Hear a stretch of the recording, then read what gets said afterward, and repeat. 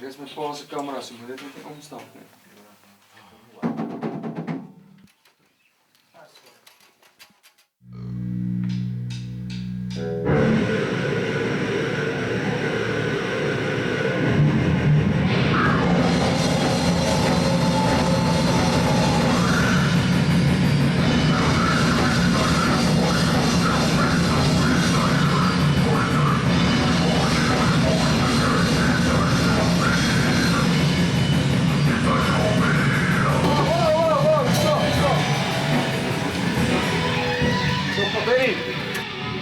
Deesdae voel dit net vir my ek is die enigste een wat enigstens omgee oor die band en dit maak dit net moeilik want stop!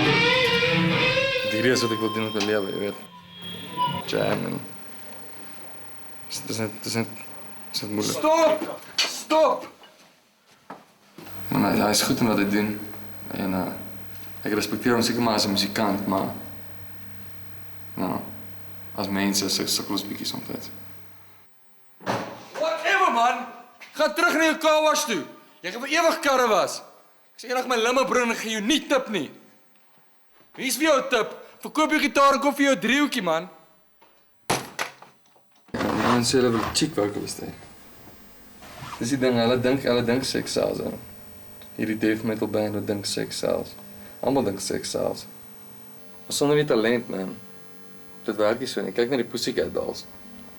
Dis hulle nie suksesvol nie. Wel, dit hang af hoe jy sukses sien. Of dit gaan oor of hulle miljoene plate verkoop en of dit gaan of hulle ongelooflike kulture deur die wêreld doen. Is dit nie sukses nie? Ja, dit hang seker af hoe jy dan whatever. Sukses is relatief. Ek moes check as iemand se snare breek moet ek dit vir hulle aandra. Ek was soos 'n babysitter. So hierdie is actually 'n goeie ding. Ek dink hierdie is actually my gap. Jy weet, solo gaan, my eie ding doen. Jy weet, heeltemal 'n nuwe look kry. Mens moet fokus daarop, mens moet moeite doen met jou voorkoms. Mens moet nie net swart aantrek en dink jy is mee nie. Nuwe sound. Ek kan selfs ek gaan obviously 'n nuwe naam moet kry. Ek kan probeer my eie naam gebruik. Johnny is ook Engels. Jay kan werk. Jay. Jy weet as klaar artist met naam Jay. Nee man, Jay. Net hier. Is ook klaar so iemand. Ag man, dis whatever, dis Engels. Ek's Afrikaans, ek kan hier wees. Yeah. Celebrity status in Afrikaanse musiek gaan so ver terug as die 30s, toe boeremusiekkoning David de Lange meer as 1 miljoen plate verkoop het. Hy het die ouens se vrouens bygekom, hy het 'n drankprobleem gehad.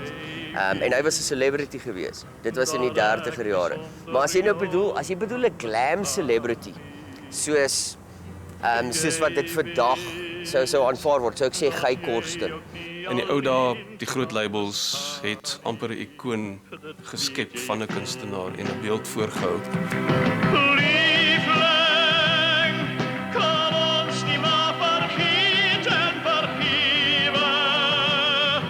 Guy Korsten was swaaf geweest en hy het in rolprente gespeel en hy het dierhorlosies gedra en hy het girlfriends gehad wat nie noodwendig Afrikaans was nie, maar hulle was almal mooi, jy weet. En hy kon eerstens oor Venesië praat, wat in daai stadium vir die Afrikaner iets is wat hy op poskaarte gesien het. Hy was amper untouchable.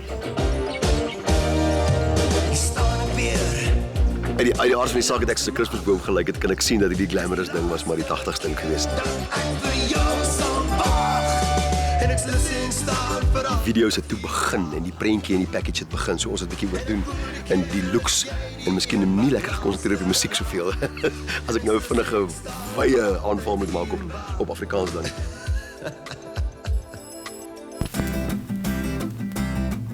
Geen kunstenaar vandag het al meer uiteenlopende gedaantes aangeneem as Chris Chameleon nie.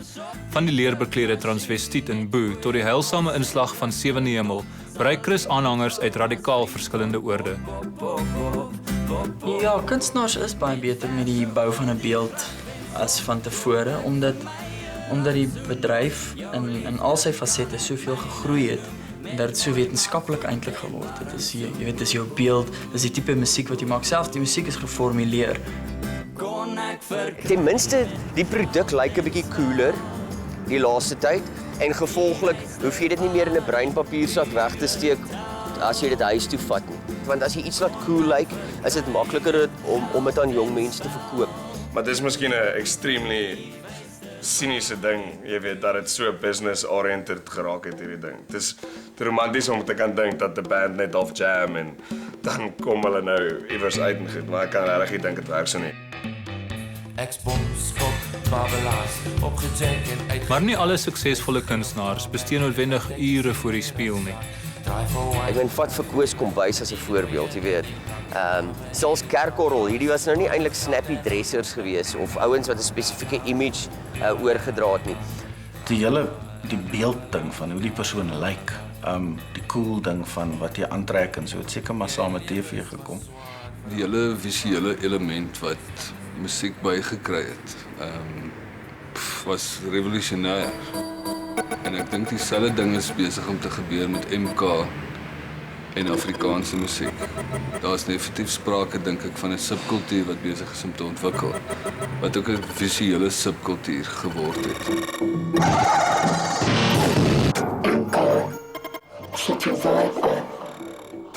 Op die 5de Julie 2005 kry die Afrikaanse TV-wêreld 'n probleemkind by. MK saai 80% plaaslike musiek uit, meestal in Afrikaans. Programme soos Studio 1 en AMP help fans om hul gunsteling bands te leer ken. Musiekvideo's wat voorheen net as insetsels of tussen programme geskeduleer is, word nou 24 ure 'n dag uitgesaai. Dis nou maar met die opgang van MK wat Afrikaanse musiek werklik 'n boost gekry het. Dis werklik die enigste groot inspuiting vir Afrikaanse musiek. Maar ek sien die grootste kern doen is gevolg van MK, almal wil 'n band hê want hulle wil op TV wees. Ja, nee band nie. Of 'n manager en een band. Ja.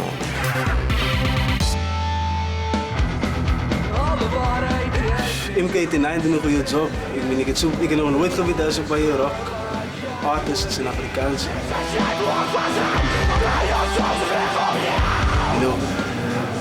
Jong mensen met zo baie guts.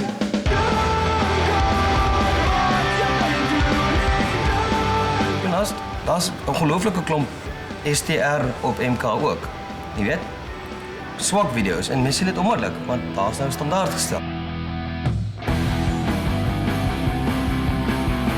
Ons staan vertrouw, maar straks is 'n change about it, jy weet, om al 'n bietjie meer van like 'n hype en 'n look en 'n vibe door te gee, jy weet, en like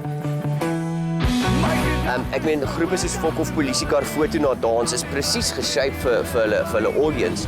En ek sê nie hulle is nie hulle audience nie, maar jy kan baie maklik sien waar hulle wil inpas in die mark deur net te kyk na hoe hulle aantrek en gevolglik kan jy aflei hoe die musiek gaan klink. Nicholas Lou, perfekte voorbeeld op. Zelfs kunstenaars soos Juanita du Plessis. Dit dan nie om my vuur sit. Selfs hulle het produkte wat goed lyk en goed verkoop, omdat dit goed lyk en goed aangebied word. Ek wonder elke dag Nêrens word 'n musikant beter verpak as in 'n musiekvideo nie.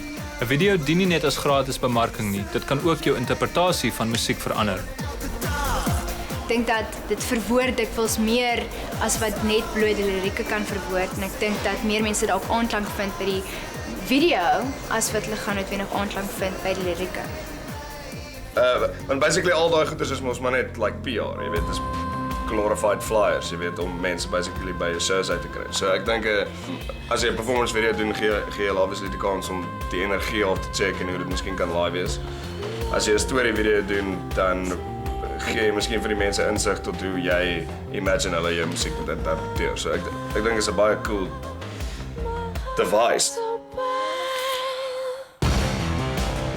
Na die ontstaan van MK styg die kwaliteit van video's vinnig tot op 'n internasionale vlak en begrotings begin plek maak vir animasie en digitale effekte. 'n Musiekvideo bly egter steeds 'n belegging, hooplik met 'n opbrengs. Dit sou interessant wees om daai ouens se album sales te check en hoe dit vergelyk met Nou, dis so sê net maar nadat MK ingekom het en goed is of die sales actually opgegaan het. Met ons dallery gemaak het, ons het byvoorbeeld net om 'n idee te gee van die impak van wat dit kan hê op die kopende mark ook. Ons het so 50 CD's 'n week verkoop op haar stadium. En toe ons dallery op die lug geplaas het op MK, toe skiet ons na 1000 CD's 'n week.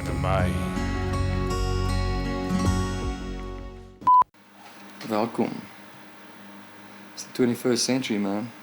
Interconnectivity, tegnologie. My vriend het my gesê die internet is deur die Amerikaanse weermag of iets begin. Jy weet die FBI of die CIA of die NSA of iets. Hulle weet blykbaar alles van jou af deur die internet. Jy weet, programmeer jou brein en shit, man.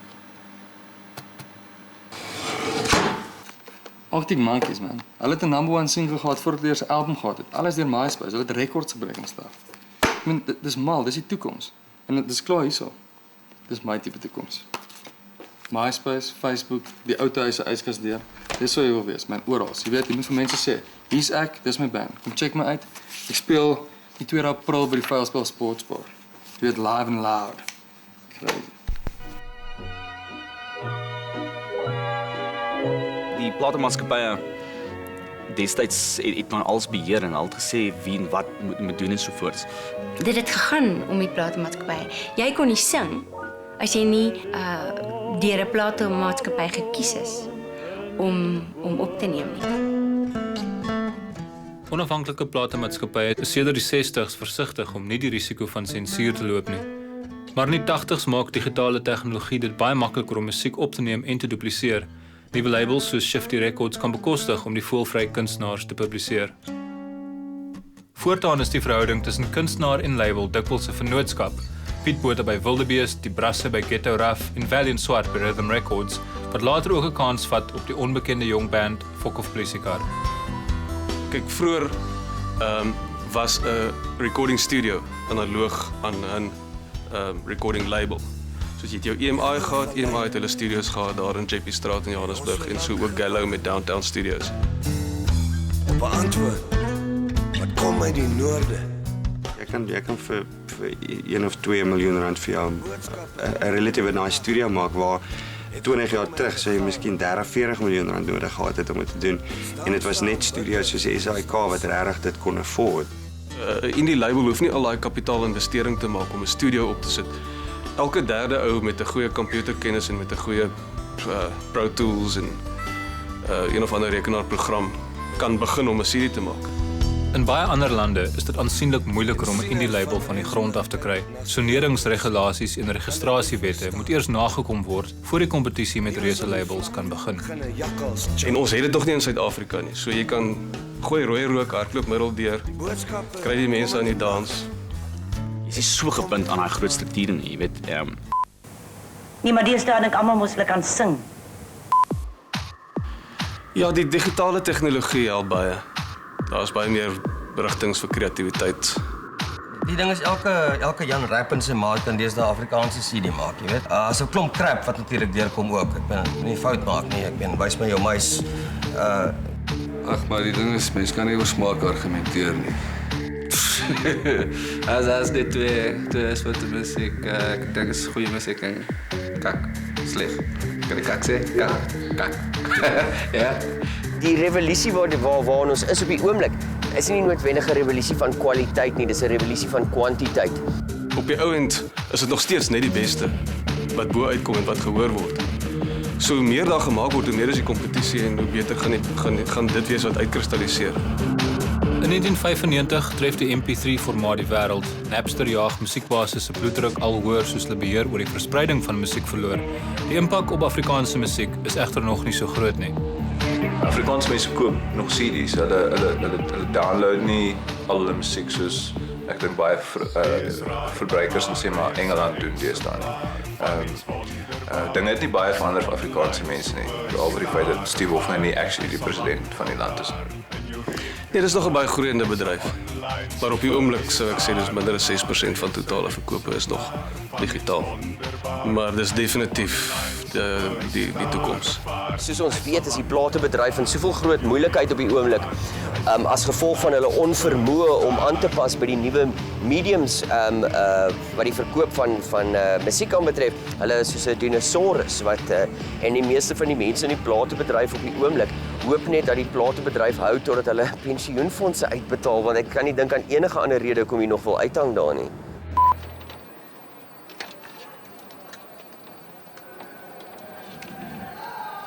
Ja, is nie so baie mense vanaand hier nie, maar ek hou nogal van so, want dis meer intiem. Weet jy en die mense het 'n bietjie meer van 'n koneksie. Maar hulle sal kom, ek het moer baie flyers uitgedeel, so ja. Ek dink ek gaan lekker dit.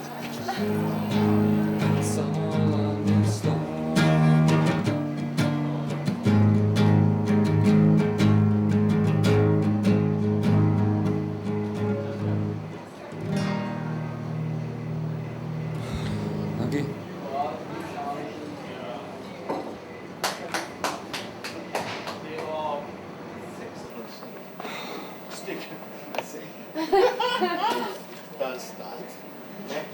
Kan ek glo ek het R400 op hier gespandeer. En alles by die Bubbles nog soos 'n ekstra ink-cartridge koop om te print en dit is so moeilik lank gevat met die designs en wat. Dis moer duur ook.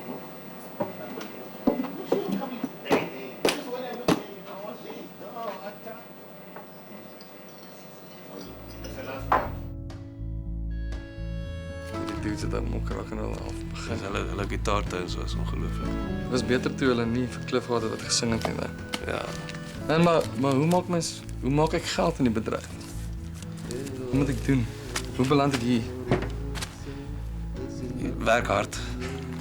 As jy regtig wil aandag trek en dan sorg dat jy op die line-up kom van 'n goeie gig waar daar sê maar 3 of 4 bands speel. En sorg dat daar so 2 of 3 van die ouens wat dinge maak happen in die industrie. Karl Hofman, dat hy daar is, dat hy kan op die koppie toernooi en dat hulle dit sien. Want dis daai verhoog teenwoordigheid en karisma wat jy daar uitstraal. Goeie musiek, boodskap en 'n crowd wat mal gaan. Wat gaan maak dat die mense aan jou belangstel. Ek sou sê daar's 'n plek vir jou. 'n Guestlist. 'n Goeie guestlist. Ja. Hy kwelkop. Hey, man. Johnny is 'n bietjie moeg. Ek is right, ek is te laat aan. Sorry, Albert. Man, Albert het net gesê ek moet by 'n major gig uitkom. Jy weet een waar daar baie mense is, industry types. Baie mense my kan sien. Dit is maklik vir hom om te sê. En hy sê asof ek na Chris Chameleon toe kan gaan en vir hom sê, hey dude, kan ek vir jou open nie? Check dit hierso. 2 weke, 2 views. Hy het 3 views. O ja, het ek jou gesê ek was vandag op jou MySpace. Hoekom sit jy nie maar foto's van met triekafskyk op nie?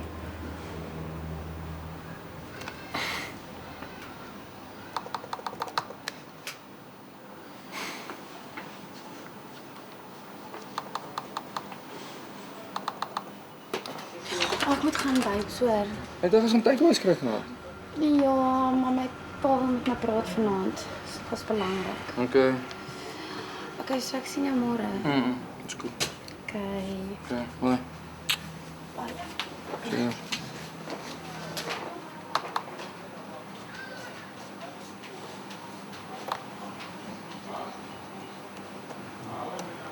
Ek meen, wat moet ek doen? In die sportspar speel totdat ek Brian Adams covers moet doen om te oorleef. Die jong dudes is selfs rockspaden voorin te skryf. En wat kan ek doen? Ek wil nie oor idols praat hier doen.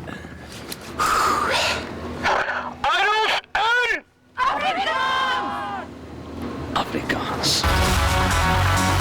Vanaf Heinz Winkler se oorwinning in die eerste reeks is Afrikaans groot in Idols.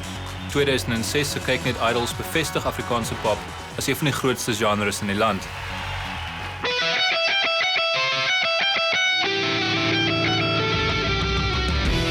Op MK toets die Rockspider kompetisie nie net looks en vertolking nie, maar ook liedjie-skryftalent.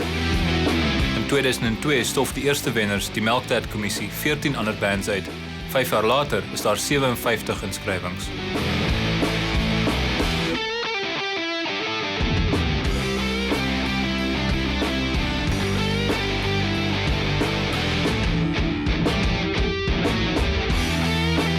Projekte soos die MK Rock Spider of wat die official naam ook al deesdae is, het just spawned bands.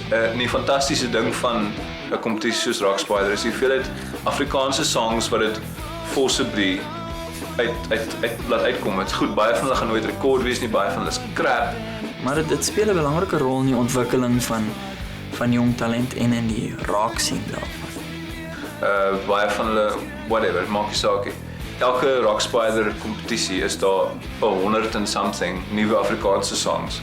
Dit is maar 'n feit dat enige kompetisie van enige aard die standaard van dit wat gelewer word verhoog.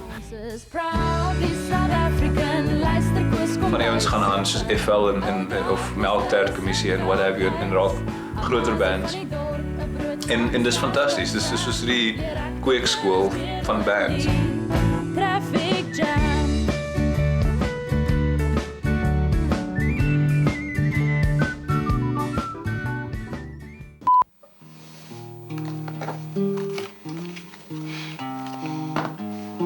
Het julle gehoor van Johnny se malplan? Malplan? Hy het mos ingeskryf vir Rock Spider. Tegnies moet jy op skool wees om vir Rock Spider te skryf. Hy het skoolklere aangetrek. Ek het nie net skoolklere aangetrek nie. Dit was 'n hele komplot en dit het gewerk. Ek het my broer se skoolbaadjie aangetrek. Mooi foto's geneem. Dit was mooi foto's.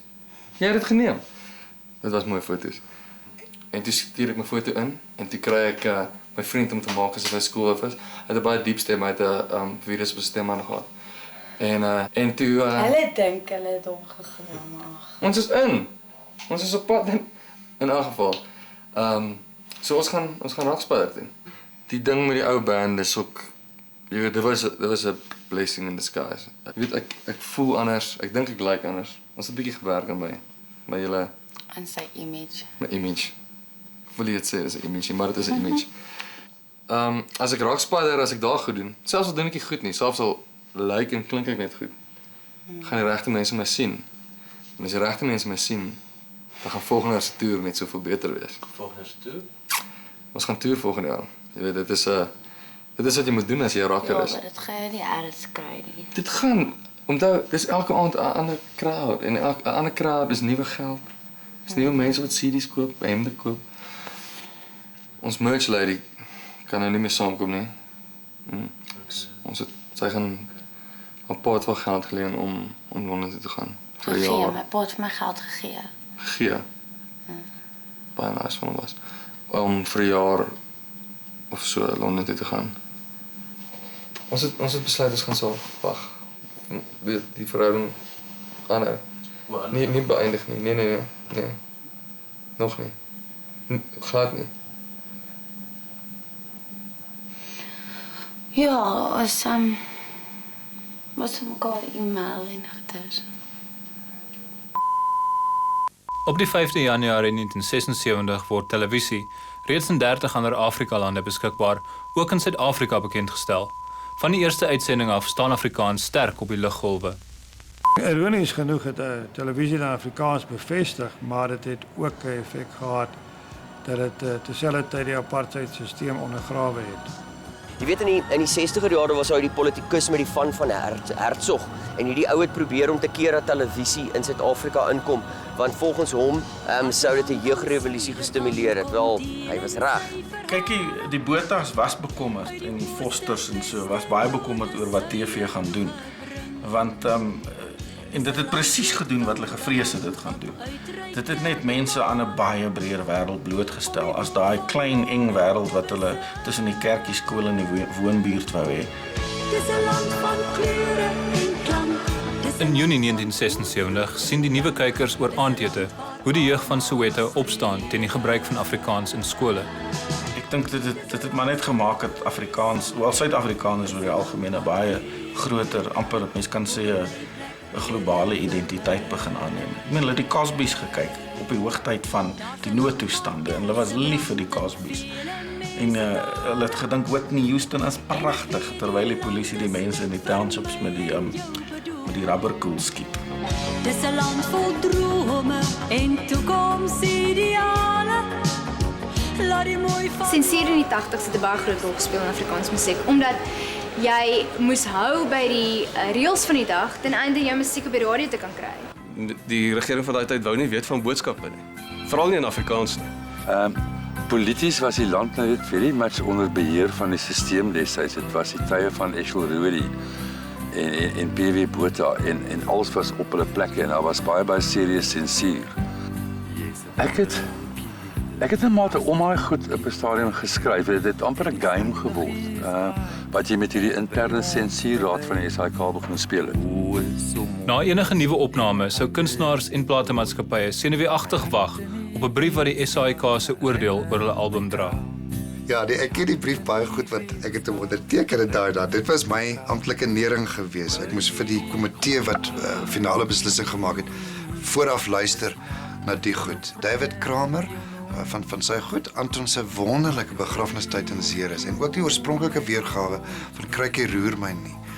Oor die oorspronklike weergawe is na 3 dae verbân. En dit het gegaan oor Pretoria en sy eienaardige kultuur. Dit het net ligte humor gewees. En na 3 dae toe bel 'n ministersvrou en kla. Van die beste Afrikaanse songs was geban van die radio of televisie. Ek was op die SAIK gewees, ek het al 'n plaat gesien van Eetkreef waar daar net rooi strepe oor elke liewe song getrek was. Enigste song wat hulle gespeel het was Ossewa. Jy weet, PW het alles gesanction. Ek meen enige iets wat vir David Kramer. Ek sal sê amper 50% van al die liedjies wat ek geskryf het, was verbied deur die SAIK. Ek dink daar's nou vir baie meer smake. Is daar nou iets in Afrikaanse musiek, iets om na te luister. Terwyl ek dink daai tyd was dit baie beheer gewees. Deur die industrie maar ook polities. So sekere goed kon net nie die lig sien nie, jy is maar net toegemaak. Hallo, ek's Rian Kruiwagen. 15 Augustus 1985. Die wêreld wag op die beroemde Rubicon-toespraak van PW Botha. In Suid-Afrika loop gemoedere hoog. 'n Noodtoestand heers in die land. 'n Oorlog word buite en binne die land se grense gevoer. En uit alle oorde neem die druk op die regering toe. Aan die internasionale front woed die Koue Oorlog steeds. Kommunisme, die rooi gevaar, vrese vir 'n kernoorlog, die uitbreiding van Chinese invloed in Afrika. Daar word allerweë verwag dat Botha in Suid-Afrika die spanning sal verlig met die vrylating van Nelson Mandela en die afskaling van apartheid. Maar Botha doen dit nie. Sanksies word al strenger en Suid-Afrika kry die titel muishond van die wêreld. In 1989 heers die noodtoestand steeds. PW Botha tree na 'n ligte beroerte uit as leier van die Nasionale Party. Sy opvolger, F.W. de Klerk, neem die amp oor net op die tydstip dat die Berlynse muur val. Die vrees vir kommunisme word besweer. Die ystergordyn is afgetakel. Binne maande ontband de Klerk die ANC en sy koalisievernoot die Kommunistiese Party en op 11 Februarie 1990 word Nelson Mandela na 27 jaar in die tronk vrygelaat. 4 jaar later, in 1994, wen die ANC die eerste demokratiese verkiesing in Suid-Afrika met 'n meerderheid van 63%. En Nelson Mandela word as die eerste swart president van Suid-Afrika ingehuldig. Ek voel nie daar's 'n nuwe vryheid in die mense het vrygekom van daai verkrampte politieke omgewing en wat in Afrikaans sprekende huise aangegaan het. Jy weet dit was die Nasionale Party en dit was die kerk en dit was en wat pa gesê het was reg. Want Piet gesê jy mag vir jouself dink. Piet gesê jy mag. Daar's 'n tipe awakening in die taal nou. People aren't pushing one specific language out there, that people are feeling much more comfortable to express themselves in their own language. Daar's nie beperkings nie. Daar's nie beperkings aan jou kreatiwiteit nie. Ek dink as mens kyk na Afrikaanse musiek in die 60s en 70s, so was baie safe geweest. Niemand het kansse gevat nie, maar nou die bands, hulle sing en hulle vloek en hulle gaan mal, jy weet. En ek dink dit is waar dit verander het. Jy kan in Afrikaans nou half enigiets doen. Ek bedoel, kyk wat doen volk op polisiekar. Jy weet, ek bedoel jy kan nou rock in jou taal. Vergeet dat so onlangs as 20 jaar terug was dit nie regtig acceptable vir die grootste deel van Afrikaanse jong mense of enige Afrikaanse mense om na rockmusiek te luister nie. Rockmusiek is aan my voorgehou, ek's nou 30. Is aan my voorgehou as toe ek jong was as being evil and bad. Dis satanisties, verstaan? En is ridiculous om selfs nou daaraan te dink as so, weet, kyk hier en daar is nog iemand wat bang is vir Kobus.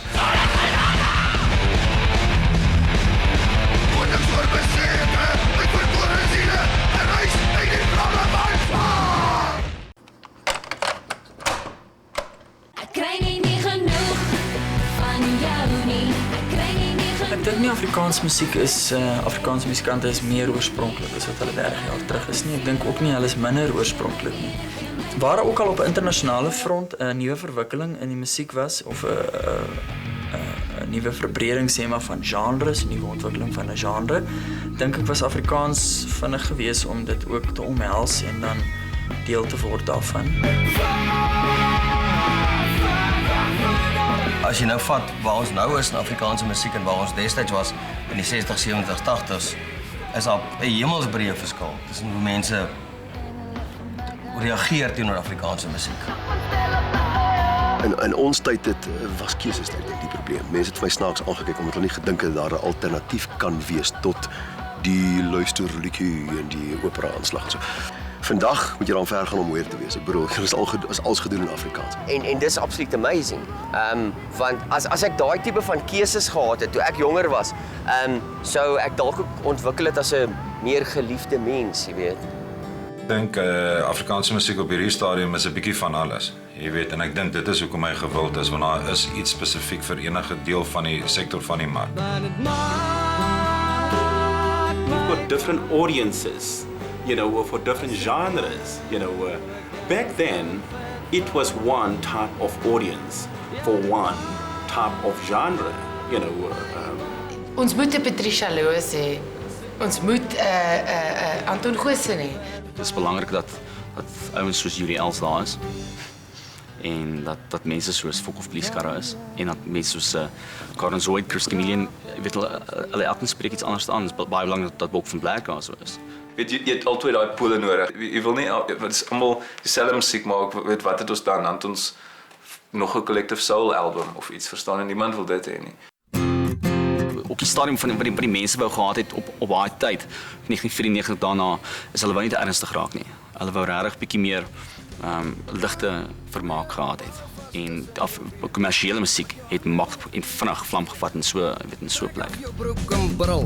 As jy wil, solank jy net leeu loop. Soos in enige musiekbedryf is ligte musiek 'n reuse verkoper in Afrikaans.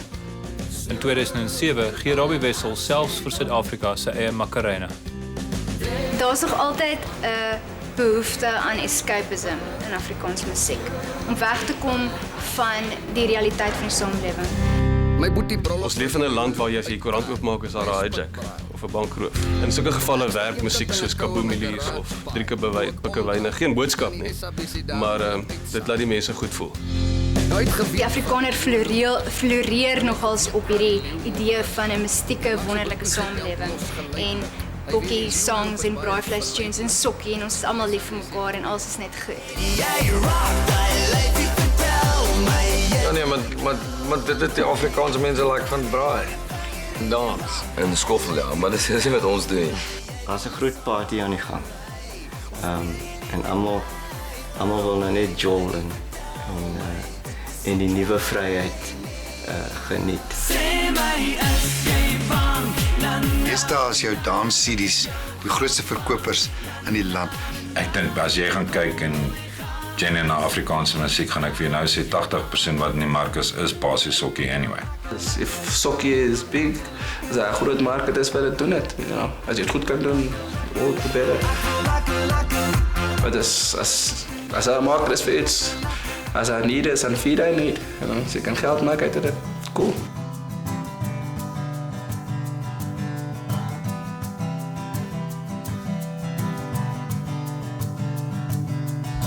Ek is gerus rooi, bruin, oranje, geel. Wonder of ek net myself verbeel. Ek dink te min, ek dink te veel, maar ek kan jou nie onthou nie. Die kleure van herfst klop hier deur my arms die wind, my voete die blare. Druppel vir druppel drup die dag om en om jou nek reënboogwol. Wat jou woorde warm bloei in jou keel, voordat jy die koelig kan gaan speel. Amper dalkant en klaar op die afmiddag. Hopelijk, ek heb ons in daai tyd al gespeeld in Londen, so ons gaan aan mekaar weer sien. Daar's huge baie mense in Londen deesdae wat so vir Afrikaanse musiek int is. So ja, miskien julle kan altyd by my kom bly. ja, dan is 'n probleem as jy hotel vind om te bly. En ons kom al 'n lang pad saam. Hou goeie moed vir my in die tyd wat kom. As het moeilike besluite maak. Hou goeie moed vir my.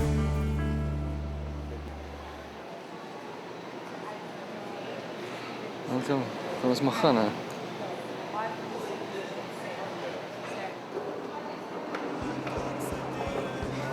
Ze is weg, hè. Een beetje vinniger ingesink as wat ek gedink het.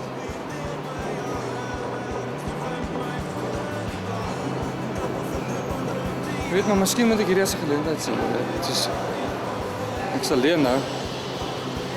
So ek kan nou vir die eerste keer, jy weet, al my energie in my musiek inpomp, jy weet. In my loopbaan. Dit kan wat 'n goeie ding weer wees. Nou, ek dink daar's hoop actually.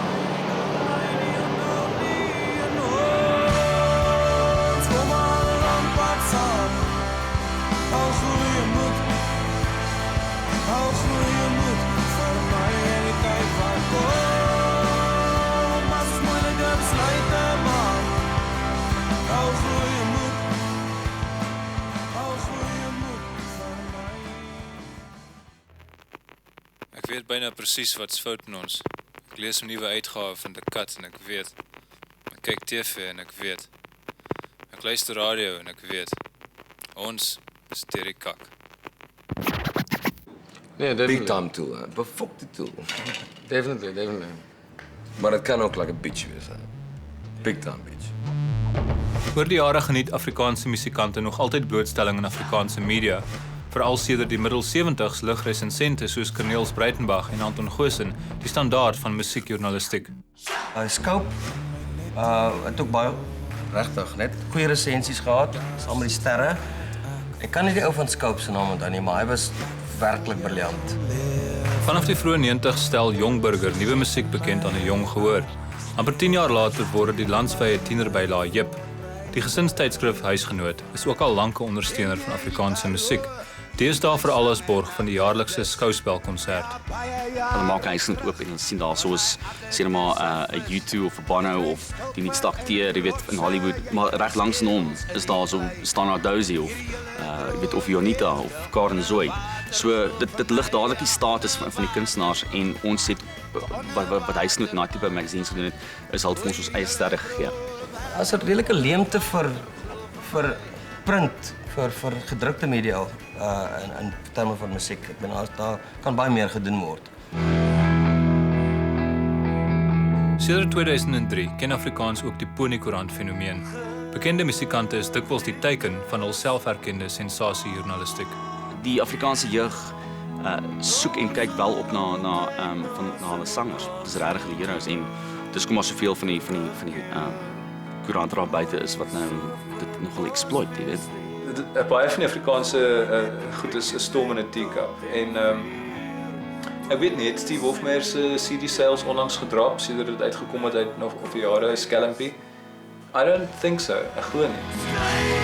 Hulle sê daar is nie iets soos negatiewe publisiteit nie. Fok of Politica, onbetwiste leiers van die nuwe beweging in Afrikaanse musiek, het aanvanklik baie voordeel getrek uit die reaksies van 'n breedse lesersmark. Ja, in die begin Angola, Nel het ons moes baie, hy het like die eerste goeders oor ons geskryf, jy weet. En toe ons gedonder was daar in Nelspruit het hy dit soos op die voorblad gekry op die skema. Ek dink is bevol.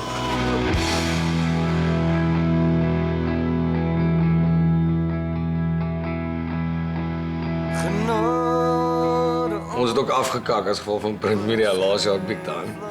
Maar dit kan nie maak of breek, definitief. Want as jy weet jy, maar jy kan ek dink definitief dit het 'n baie groot invloed op jou populariteit wat.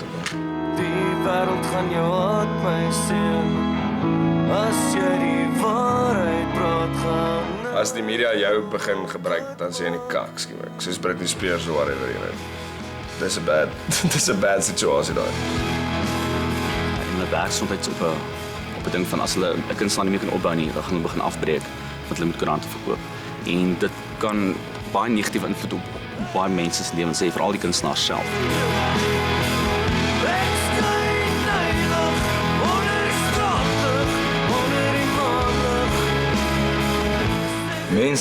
Mense glo wat hulle lees is 'n fact, jy weet. Like, ons doen baie interviews en as 'n interview lees is like 'n different ding as ons gesê het. Jy weet, like, hierdie is sensasie, jy weet, like, hulle moet dit laat klink op 'n manier dat mense wil lees daaroor en like belangstel, jy weet. Dis die kak interviews nou doen, you know. Ek kan hy wat stront praat. Op radio volg Afrikaans dieselfde paadjie as op TV. Sedert die eerste uitsendings in 1923 word Afrikaans bevorder op radio en vanaf 1994 word dit drasties verminder. Mosambiek se LM radio wat uit Maputo uitsaai, speel egter ook 'n belangrike rol. Hulle speel die verbode musiek waarvoor die SAIK so bang is, rock and roll. En het veral gegaan rondom uitsprake van die Beatles, bijvoorbeeld dat hulle gewilder as Christus is. Met onafhanklikheidswording in 1975 maak LM radio toe en die SAIK se jeugstasie Radio 5 begin die volgende dag uitsaai. Terwyl RSG al van Radio Suid-Afrika daar Afrikaanse musiek vir 'n ouer mark speel, sal 5FM eers in 2004 'n Afrikaanse song playlist, Hemel op die Platteland. Omdat daar so baie min van ons eie musiek is plaaslik wat gepamp word deur die radio's. Jy gaan die name noem nie. Byvoorbeeld KFM speel geen Afrikaanse musiek nie. As hulle nou geforseer om te dans en te zig op die likes van Ciara, you know, en wat is die laities wat deesdae musiek maak? Chris, wat sê jy? En ek dink baie van die radiostasies het net 'n sekere formaat wat hulle wil speel. Is ongelooflik konservatief. Maar daar is baie dinge in waar, you know, baie politics geld en so aan. Campus radiostasies kan met meer vryheid hul formaat saamstel en is meer goedgesind teenoor plaaslike en Afrikaanse musiek. Die klein gemeenskapsstasies en kampusstasies doen ongelooflike werk want hulle speel nog Afrikaans en hou nog lewendig. Ek so Tuks is nie so, hulle speel nie like enige Afrikaanse musiek dink ek. Ek dink dit het so groot invloed op Afrikaanse musiek nie, want daar's hier regtig 'n spesifieke campus radio wat cater vir spesifiek Afrikaanse. Maar Tuks dra by tot like 'n bigger picture like om like musiek in general te promote. Dink jy so nie? Ja, nee, definitely like that. Dit het al 'n culture geskep van mense wat luister na local musiek en dan gaan kyk na local bands. Dit Tuks definitief ja. Die fokus en die kak. Maar die Afrikaanse musiek was altyd sterk. Kan het eintlik geavoid het, jy weet. Old school apartheid government het musiek gemaakt. Dat luister na Afrikaans. So kan het escape het.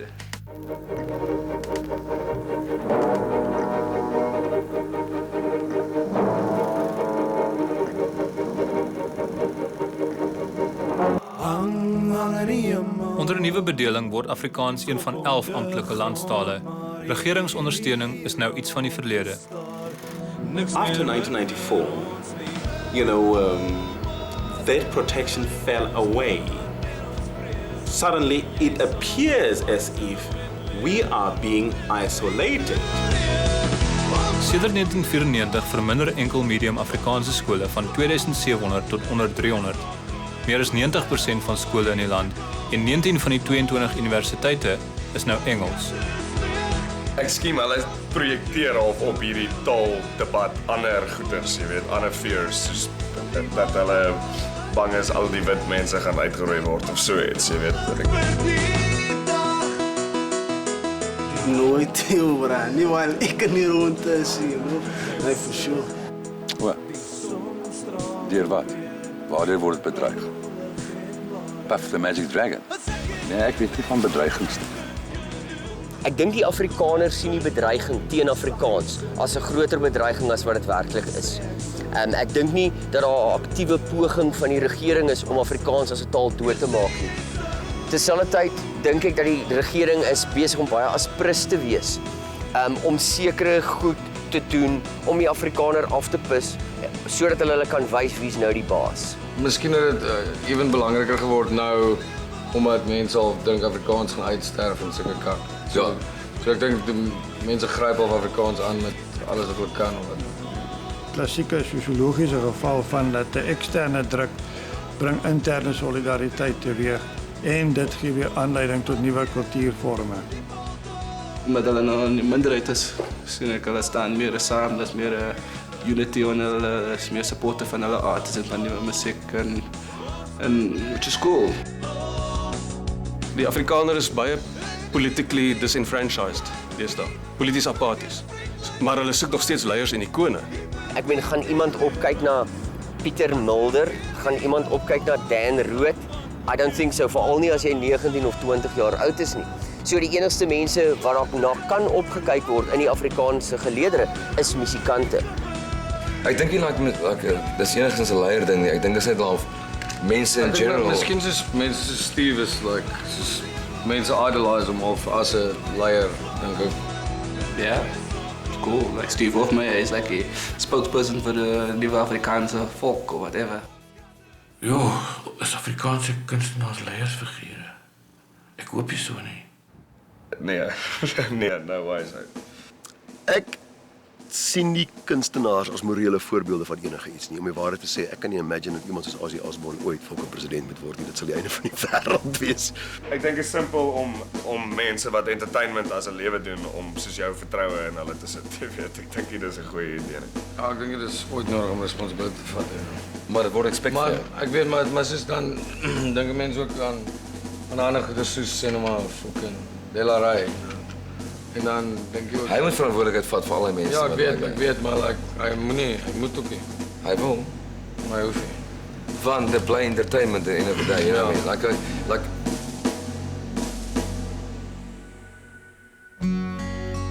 Min Suid-Afrikaners weet nie van die Delaray fenomeen nie. Vir byna 'n jaar weer klink die refrein in kuierplekke en koerantopskrifte en almal van die minister van kuns en kultuur tot die New York Times het iets te sê daaroor.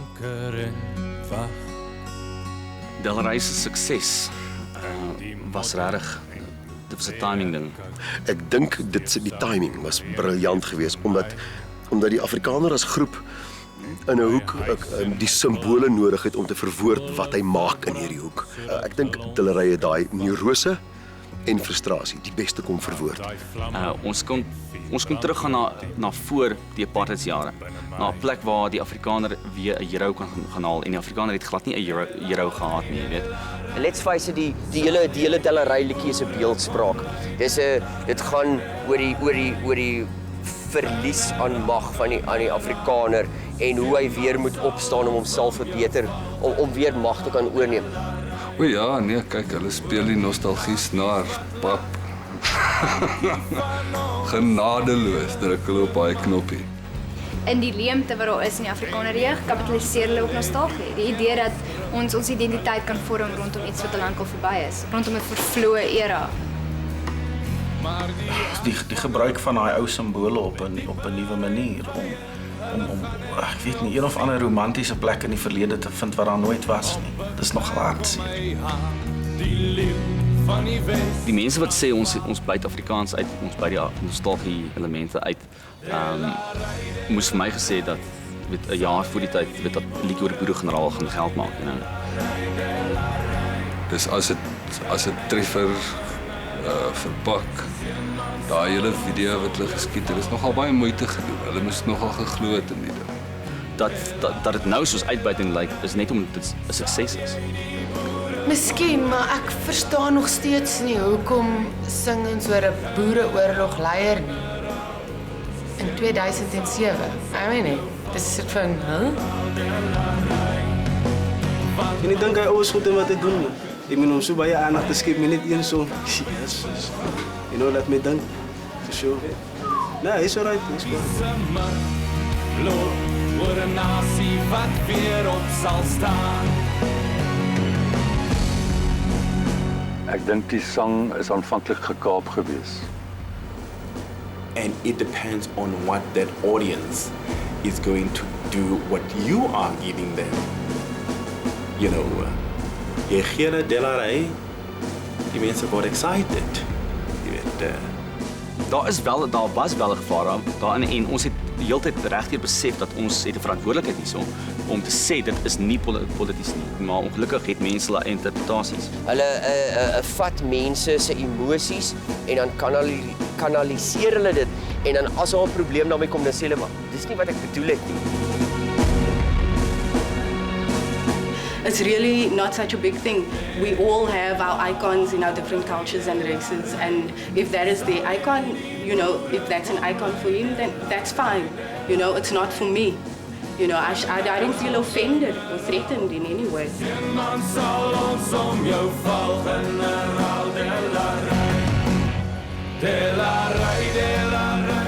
And besides, Delaray was a hero, but he died many years ago. So as our probleem is, miskien met een van die swart musikante 'n liedjie doen oor Shaka. Vir my is dit ook die einde van 'n era.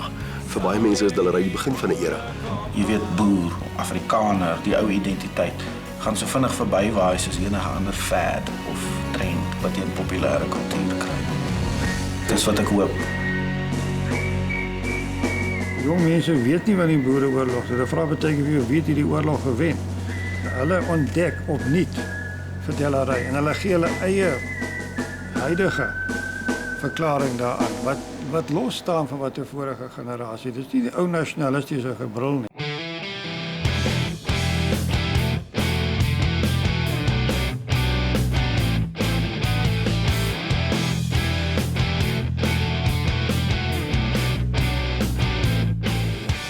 Die mense soek inwendig 'n leier nie, want ek dink grootendeels het Afrikaanse jong mense nog nie presies uitgefigure waarheen hulle dan nou gelei wil word as hulle wel gelei wil word nie. Hulle het ander concerns, hulle het 'n kerkdwelm, ouer driehoek om mee te deel. En is nice as al iemand soos Frans van Cooke vir hulle sê, okay ouens, dis die plan. Dis nie wat hy sê nie, maar hy offer 12 songs per album waar jy iewers vir jou iets uit kan kry. Dis 'n fyn kuns, want aan die een kant moet daai kunstenaar moet die ouetjie wat nie gehoor staan moet kan kyk na daai kunstenaar en sê flip it dude, jy verstaan. Al die ander mense verstaan nie, maar jy verstaan. En dit is so cool. En terselfdertyd moet hierdie laaitie nie gehoor staan en sê maar ek wil soos jy wees.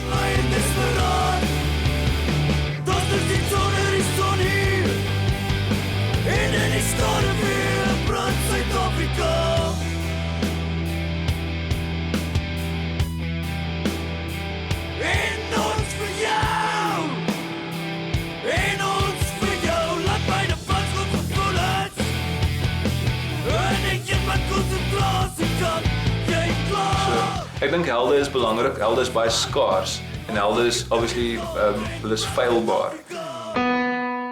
There is a voice for the youth, you know, and it's coming from rock bands like Foko Felicika and Fortuna Dance, and they're speaking in a language that the youth can understand and can relate to.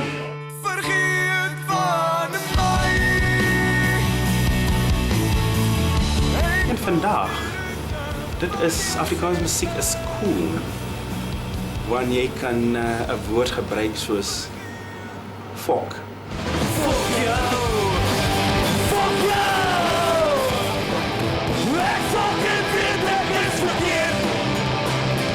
As jy lirieke wegvat uit Fok of Risika ry, is hulle net nog 'n rockband, 'n goeie rockband, for sure. Maar dis hulle lirieke wat hulle 'n erg spesiale band gemaak het in die afgelope 5 jaar of so. Jy weet, ek sal graag wil dink dat mense obviously op 'n spesiale manier daarmee relate. Ek bedoel, jy weet, as jy kuns maak, jy maak dit sodat mense dit wel kan like.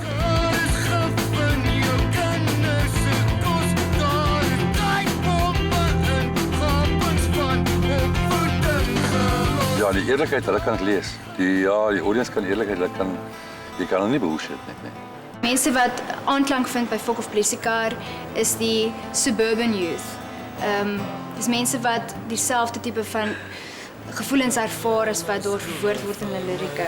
Die eksistensiële angs, die nihilisme, al daai dinge. My albusters vir my vind. Mense gaan altyd like onseker, insecure, ongemaklik. Ja, maar ek skien in Suid-Afrika is seker baie dinge wat mense weet nie wat die future nou nie. Ook alles het al verander in die tyd wat ons groot geword het. Wat gebeur het is toe die politieke verandering gebeur, toe moes ons actually ons identiteit gaan soek, want voor dit was mense se identiteit vir hulle gegee. Reguleer my routine. Dit wat verwoord word in lirieke vandag is nie net die feit dat ons identiteit wil hê nie, maar eerder dat daar 'n leemte is, eerder die soeke na identiteit. Ons hoor dit in Fok of Plessikar wat sê ons is op soek na die soeke na iets. En ek dink dit verwoord baie goed waar die jeug vandag gaan. Wildspaadjies deur die bos word snel weer vir 'n nuwe generasie. Trekvoels het nie kaarte nie, hul bestemming sou net 'n seisoen. Of hulle wil of nie, musikante wys vir die jeug die pad vorentoe. Maar wat is dit wat musiek so spesiaal maak? Jou idee van normaal by jou gat opdruk. Wat is die vraag? In Suid-Afrika of soos die wêreld? In 'n kultuur? Ja. Damn it. Ek weet jy. Jesus, nou moet ek dink. Dit werk seker maar jeez. Yes, ek die funksie van musiek is maar seker dieselfde funksie as skone kunste of wat het ek nou gesê?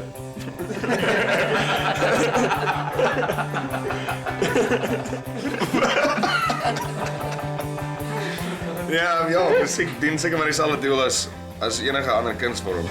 Maar mense like, for some reason, wat ek nie regtig verstaan nie, dik mense net musiek fucked up.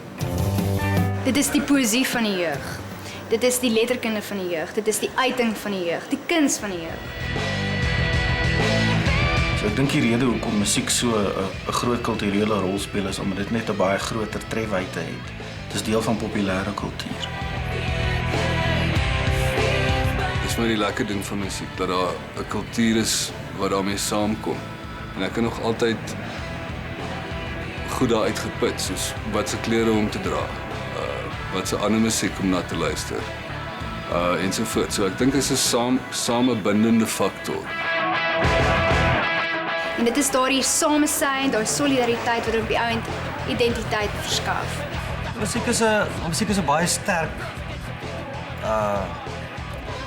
vervoermiddel vir die jeug se idee van dinge doen en hoe hulle dink. Ja, dis seker maar 'n goeie beginpunt vir chaos.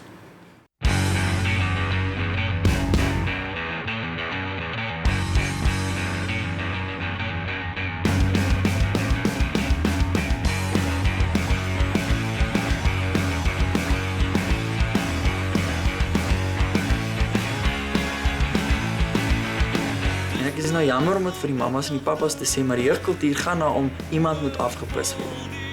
En die jeugkultuur het gewoonlik 'n opposisionele element daarin. Rebellie is nie altyd deel van die jeugkultuur nie. Wat van soos wat se rebellie was so in die 70s in die Afrikaanse jeug. Hulle het nie keuse gehad, hulle kon nie rebelleer nie. Hulle moes net gestikke. Die jeug het altyd 'n behoefte om homself te onderskei van die voorgeslagte, van die ouer geslag. En hy kan dit baie maklik doen deur musiek. Ja, jy weet as daai hormone en kak deur die brein pomp, dan jy so baie energy, jy weet. En rebellie en daai goeters is classic simbole van daai release. Dis maar 'n ding van die mens en dan van die jeug is dat daar's altyd goed wat jou pla en dan jy voel altyd dat die wêreld onredelik is teenoor jou, dat hy jou onredelik beperk. En dan kla jy vreeslik daaroor en die klank van daai klagte is rock and roll. Dis mooi klank.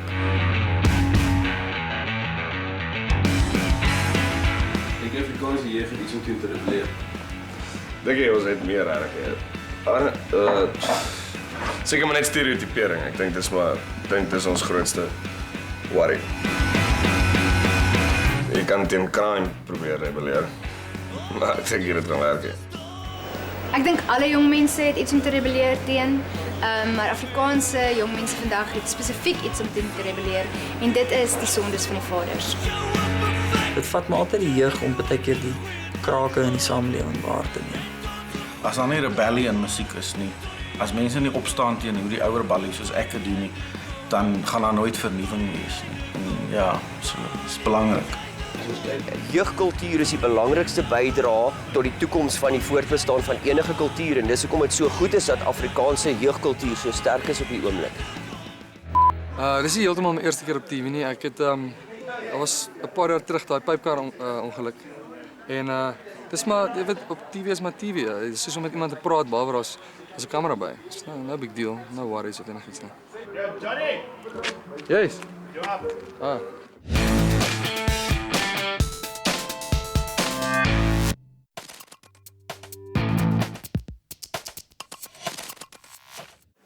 Okay, so dit is nou vir Johnny die goeie al die pad van Pretoria af.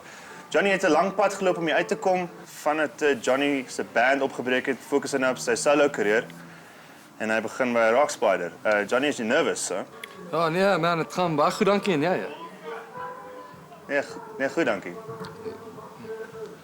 Jy het nou saam met jou band ingeskryf, maar toe breek julle moenie in die kamera kyk hier, okay? Jy moet vir my kyk. Net so af van die nie so ver af van die kamera af vir my. Hierso. Net hierso. Hierso waar ek sit. Ja, cool. Okay, cool. Dis getuig Ryan wil. Ons het gehoor dat jy sou eers 'n band ingeskryf het en toe breek julle op. Ja, dis nie eintlik iets waar ek wil praat nie. Dis maar bandgoeders en jy weet, daar's allerlei kinderstories wat rondgegooi word en soos wat?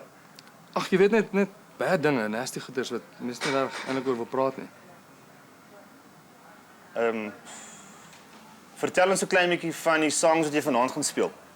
Ek het hierdie een wat ek vir my meisie geskryf het. Dit is 'n half love song. Sy's nou in Londen en dit gaan 'n bietjie oor haar, maar ook oor ander goeders en ja, ek dink dit gaan nogal rock. Okay. Is daar van hulle wat net gaan oor die algemene lewe van die jong Afrikaanse laaitie?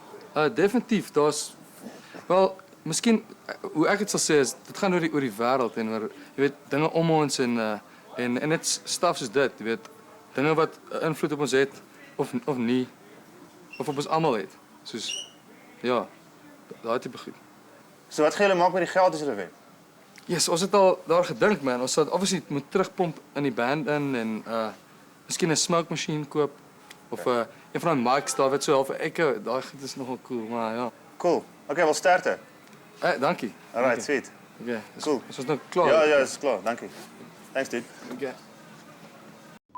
Ek dink ja, in 'n sekere mate het Afrikaanse musiek cool geword. As mense nou half ironies ook gebruik. Afrikaans cool, ja, nou, ja.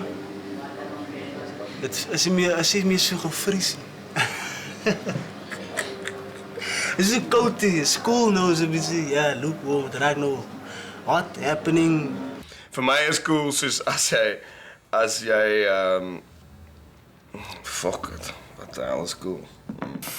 So ek's cool, jy's cool, hy's cool, sy's nie cool nie en hy's definitief nie cool nie. Maar wat is cool en maak dit saak? Cool is een van die belangrikste woorde in die wêreld vandag en word van Tokyo tot in Uzbekistan gebruik. Maatskappye bestee miljoene dollars om uit te vind wat cool is, wat volgende cool gaan wees en tog weet niemand regtig hoekom iets cool of nie cool is nie.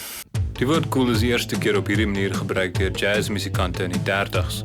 In die dae voor aircon het nogal warm geraak in die clubs waar hulle gejam het en jy moes cool bly om cool musiek te maak en tada, cool is gelyk aan cool is gelyk aan cool. Wat presies mense dink is cool verander gereeld. Dink maar net aan bell-bottoms of moonbags. Omtrent die enigste ding wat regdeur cool gebly het, is die woord cool. Cool gaan nie oor dit wat cool is nie, dit gaan oor wat dit vir mense beteken. Cool gaan oor wie jy is, wie jy wil wees. En as iemand jou probeer keer om dit te wees, wel, dan is jy nog baie cooler. Vra maar net vir Jim Morrison, of Mick Jagger, of Snoop Dogg, of, wel, enige rockstar wat al gearresteer is, en dis omtrent almal. Natuurlik is die uncoolste ding wat jy kan doen om te probeer verduidelik wat cool is. Jammer. African music was always there. People didn't want to be associated, want dit is nie cool nie. Verstaan jy? Wel, ek dink voelvryheid gemaak het Afrikaanse musiek cool word vir mense daar buite ook, en nie net vir Afrikaners nie. Dis hoekom die klomp wat nou so terugstap in die verlede, maak het weer baie uncool om Afrikaans te wees. Ag, tog. Dan gaan ons weer al daai goed van vooraf moet beklei. Dit is nog altyd cool. Dis nog altyd cool. Daar was baie oor embarrassed te wees, maar as gevolg van die mense wat ons embarrassed het, het daar al hierdie ander amazing mense ontstaan. Antjie Krog, Breiten Breitenbach, Koos Kombuis, Valiant Swart. Folk of Politica is cool. Die meeste van die idolsangers is nie vir my cool. Ek weet nog nie hoe cool Afrikaans. Ek dink Afrikaans is cool vir baie ander Suid-Afrikaners wat nie Afrikaners is nie, meer cool as wat dit was of minder uncool. Miskien is dit 'n beter manier om dit te sien. Cool is 'n anti-establishment ding. En dit is by uitstek 'n probleem wat jy het as jy jonk is, jy weet.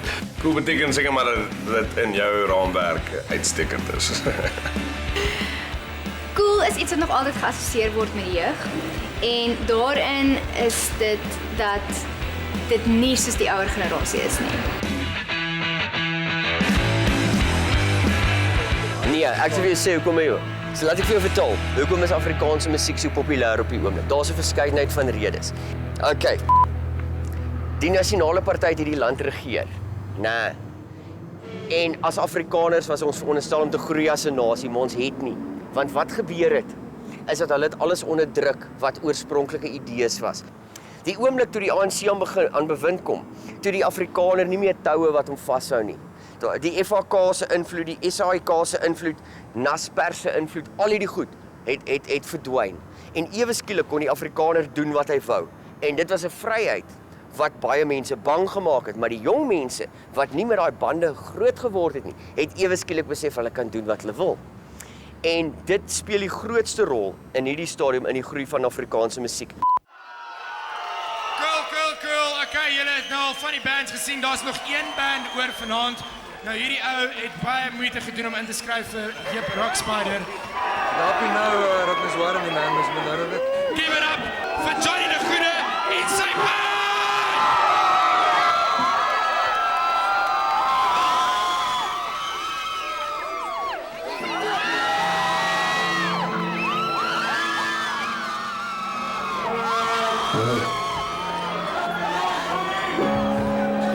Ek het julle gewag het. Ek wag ook al baie lank met die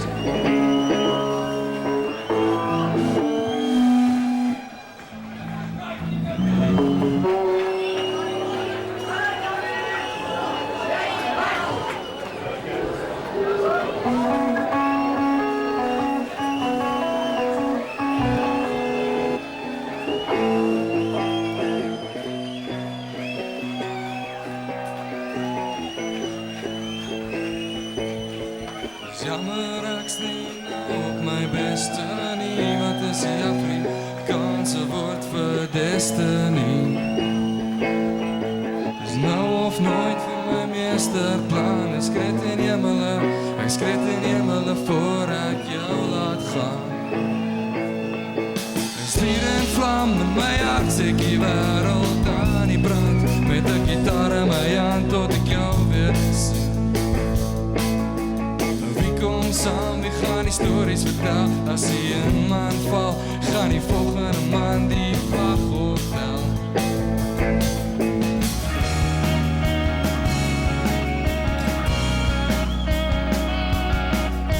Ek sien jy stap met haar voor hart en haar voor hart. Dis hart wat jou in die steeg gaan laat. Ek sien jy squat van het jou wat kyk die kolle. Kijk die kolen slank al dat Afrikaanse musiek as 'n geheel op die oomblik is op 'n fantastiese plek. Jy weet, daar's so baie wat aangaan en daar's soveel ondersteuning across the board, jy weet, jazz, kwaito, rock. Vat Afrikaans na nuwe plekke toe. Ontdek nuwe woorde of nuwe definisies vir goeders. Ja, ek dink om vandag te begin is 'n wonderlike tyd. As jy nou tussen 12 en 30 is, wys vir my dat jy glo Afrikaans staan en geen plek agter. Veral in musiek natuurlik. Wat kort, meer attitude, man, kort attitude, kort originality. Ek meen alles draai om 'n sang of die sang, as die sang kak is die hele ding kak. Jy weet, maar ons het so baie goeie artists in ons land en ek dink waar ons lek is daai know-how van production. En ek dink as dit kan beter raak, kan ons in 'n baie beter posisie sit, nie net hier nie, maar internasionaal ook. Wat ek in my ideale wêreld sou wil sien is meer Afrikaanse musikante wat skryf oor die issues. En daar's baie jong mense wat sal aanklank van daarbey. Baie mense wat sal sê, "Hey, ek stem saam met jou." Waar ons op die oomblik is met Afrikaans wat werk, wat verkoop, wat almal op en af spring en dans. Hieruit moet iets anders kom. Hoopelik leer Afrikaners so 'n klein bietjie beter smaak aan. Wel, ja, ek dink die Afrikaner is 'n die Afrikaner is 'n baie kreatiewe wese. En ek dink dat ons speel 'n groter rol in die skep van idees as wat ons die meeste van die tyd dink. Maar wat lekker is dat Afrikaners, Afrikaanse kunstenaars nou goeie sê wat hulle nooit van tevore gesê het nie en dikwels op die voorpunt is van die revolusie in Suid-Afrika, die jeugrevolusie. Die enigste ding wat bands moet onthou en wat dit cool gaan maak om terug te kom na jou cool vraag toe, is om daai te vat wat jy nou het en dit te ontwikkel in iets anders, iets by te voeg, toe te voeg. Want die mense wat nou musiek maak is die mense wat Afrikaanse musiek vir die toekoms gaan maak. Ek dink gone are the days wat dit op 'n stadium was dit nie so fucking cool nie, maar nou is dit nogals dit is nogals myn om 'n Suid-Afrikaner te wees.